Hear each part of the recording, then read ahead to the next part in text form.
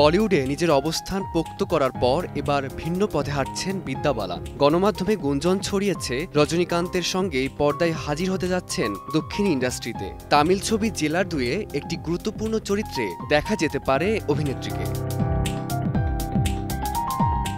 সিনেমাটিতে মিঠুন চক্রবর্তী একটি খল চরিত্রে অভিনয় করছেন। বিদ্যা তার বড় মেয়ের ভূমিকায়। এই খবর আরও উস্কে দিয়েছে ভক্তদের কৌতূহল। তবে রজনীকান্তের বিপরীতে বিদ্যাকে পাওয়া যাবে কিনা তা এখনো স্পষ্ট নয়। নেলসন দিলীপ কুমার পরিচালিত ছবিটি ইতোমধ্যেই চেন্নাইয়ে শুটিং সেরে ফেলেছে। সামনে রয়েছে গোয়ার অংশের শুটিংয়ের কাজ।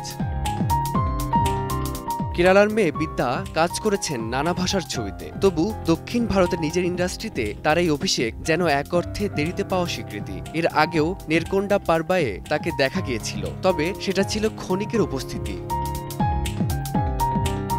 সবকিছু ঠিক থাকলে 2026 সালের 12 জুন বড় পর্দায় মুক্তি পেতে পারে জেলার 2। রজনীকান্তের সঙ্গে বিদ্যার বহুল প্রতীক্ষিত স্ক্রিন শেয়ার আদৌ মিলবে কিনা সেই জল্পনায় সিনেপ্রেমীরা। ফারদিন মাঝার, সময় সংবাদ।